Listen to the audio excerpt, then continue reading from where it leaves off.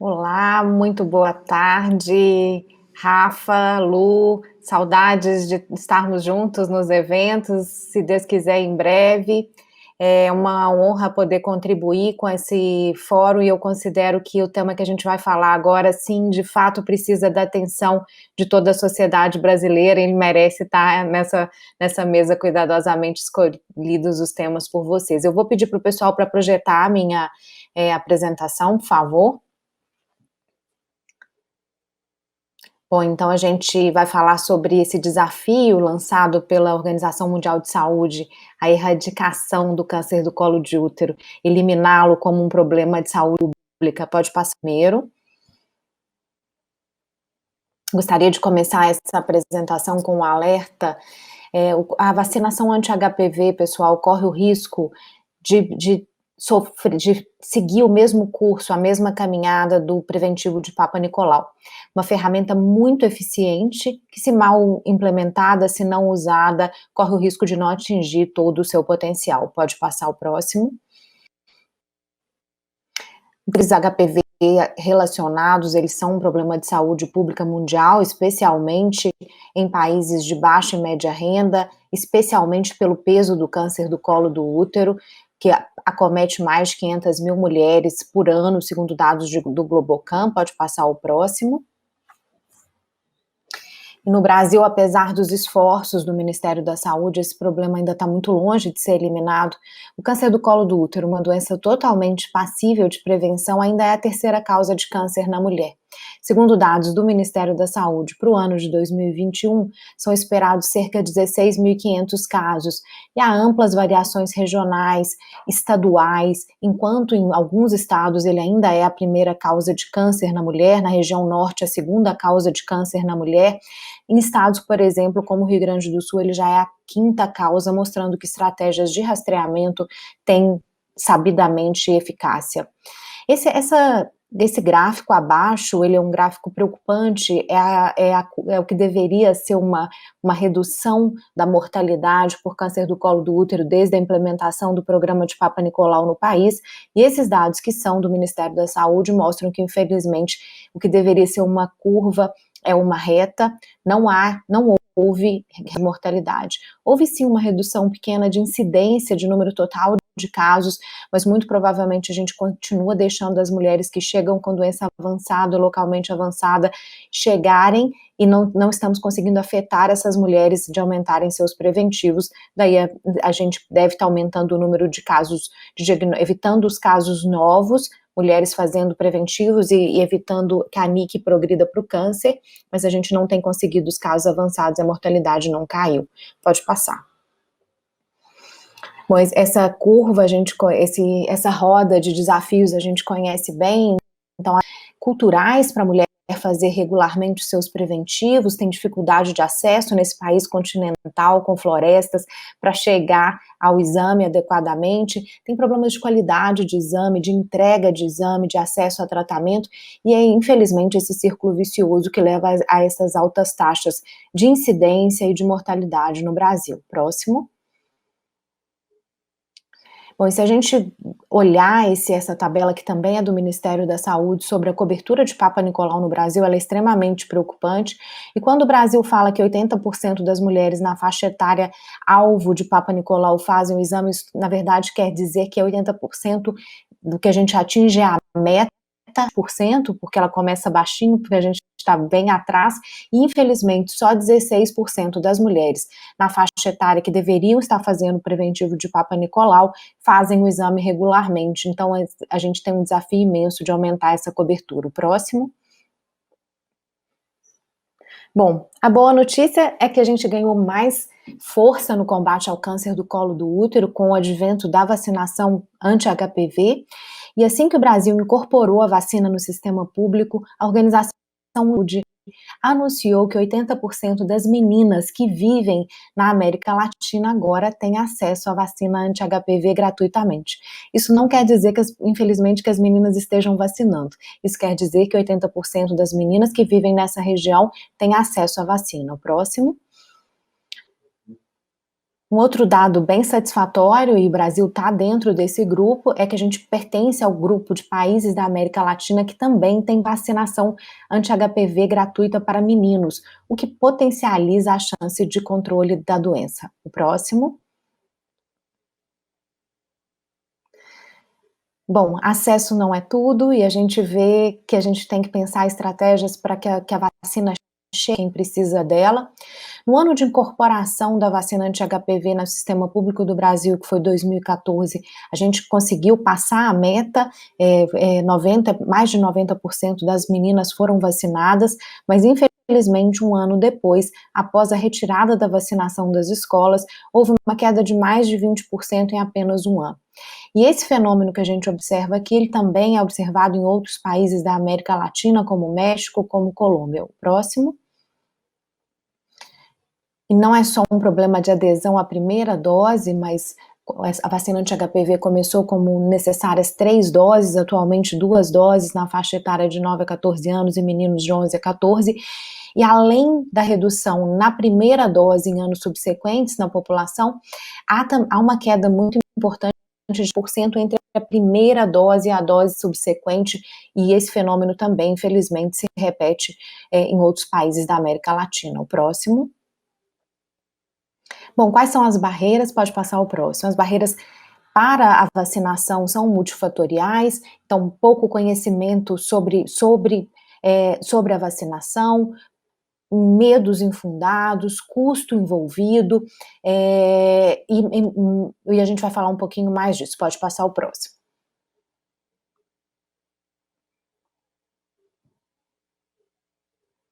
Pode passar.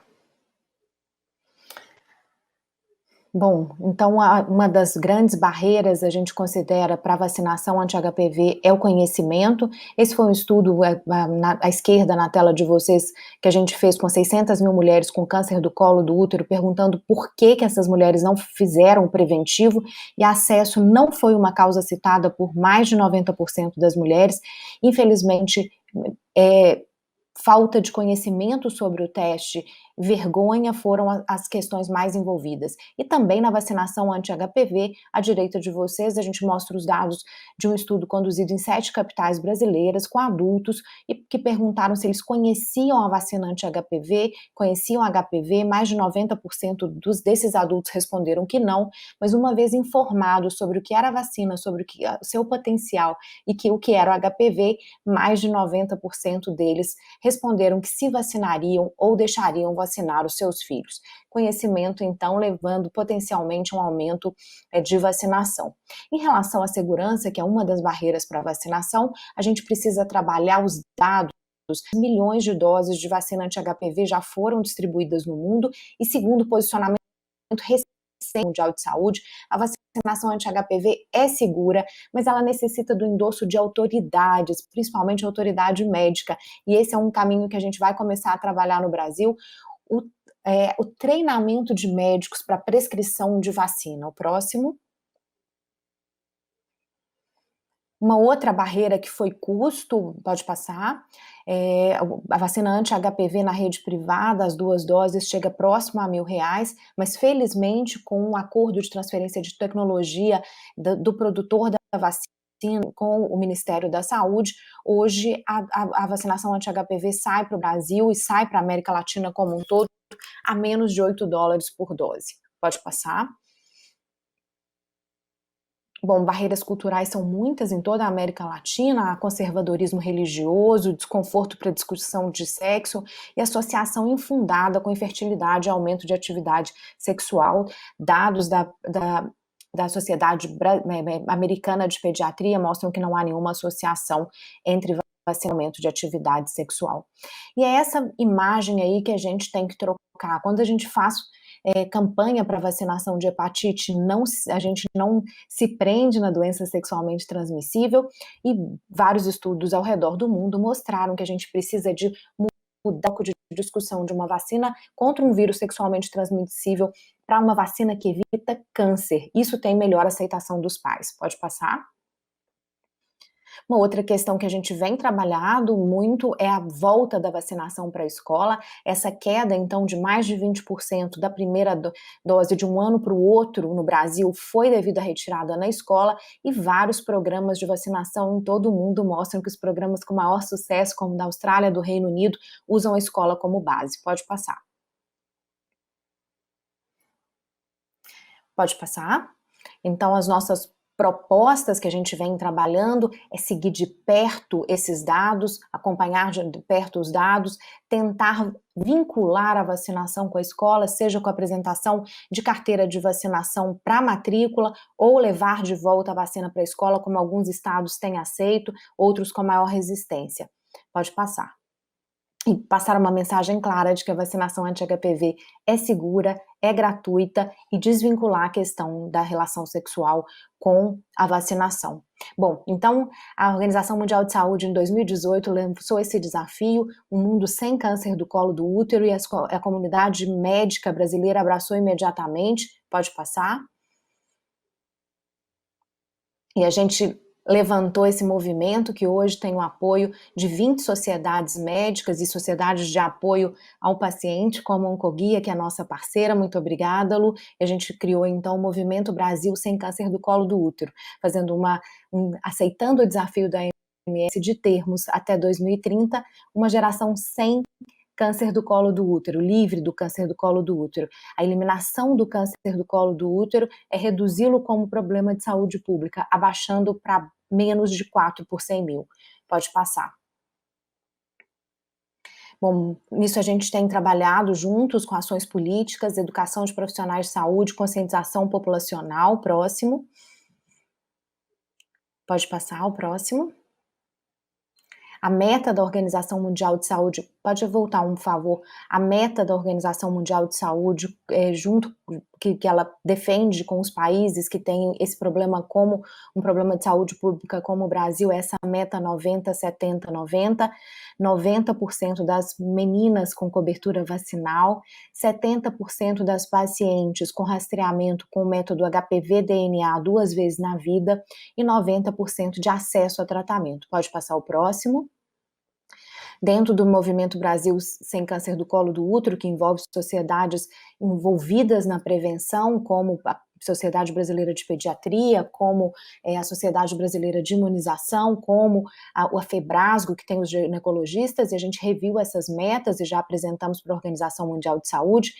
A gente tem estrutura para 90% de meninas vacinadas, com a ideia de que precisamos voltar para a escola. A gente tem caído anualmente as taxas de cobertura fora da escola, de cobertura de Papa Nicolau. Então aqui é diferente, a gente não tem o HPV-DNA, o que tem no SUS é o Papa Nicolau, então a gente precisa trabalhar com outra estratégia. Se a gente tem 30% ao ano da população, a gente tem 90% em 3 anos.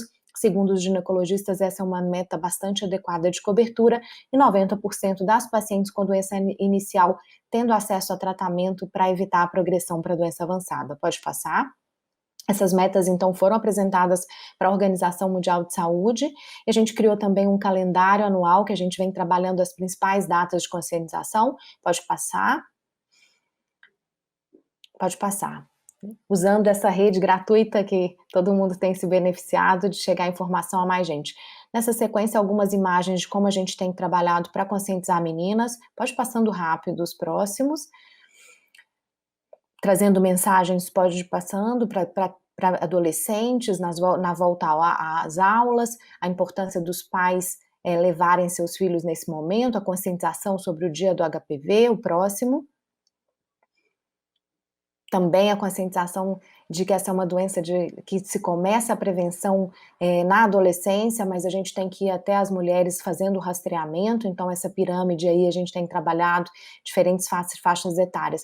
Mas a gente acredita que a eliminação do câncer do colo do útero no Brasil, ela precisa de uma ação política, que é associar a vacinação com a escola. A Austrália fez isso de maneira primorosa e tem coberturas excepcionais, assim como a Suécia, que nem tem um problema de câncer do colo do útero como nós, já reportou no New England do ano passado a redução de mortalidade, de incidência de câncer do colo do útero, com programas bem estruturados, baseados na escola. É isso que a gente tem trabalhado junto com deputados em Brasília. Essa é uma nossa reunião de alinhamento das sociedades, acontecido em novembro do ano passado. Pode passar. E é um reconhecimento que veio nessa semana aí da Organização Mundial de Saúde, que eles reconhecem que é com esse alinhamento entre as sociedades, a soma de esforços, que a gente vai chegar nesse desafio tão grande, ter sucesso nesse desafio tão grande. Pode passar? Então a gente realmente acredita que pode passar, que essas meninas que hoje estão, pode passar o último slide, essas meninas que hoje têm 9, 14 anos, podem ser a nossa primeira geração sem câncer do colo do útero, elas não precisam conhecer essa doença. Muito obrigada pela atenção de vocês.